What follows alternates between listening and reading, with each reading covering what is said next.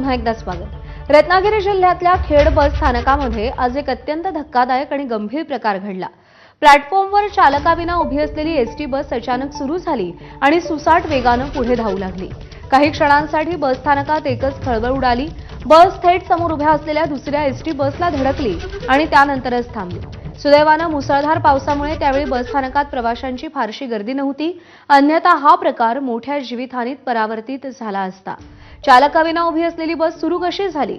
बस सुरक्षित पार्क करण्यात निष्काळजीपणा झाला का? हँडब्रेक लावला नव्हता का की तांत्रिक बिघाडामुळे हा प्रकार घडला?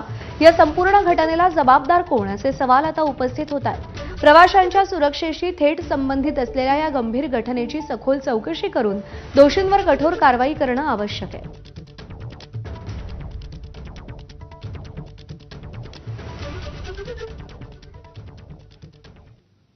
पुढची बातमी पाहूयात। मुंबईतील पवई निडी परिसरामध्ये मगर आढळून आली आणि मगर दिसताच स्थानिकांनी तात्काळ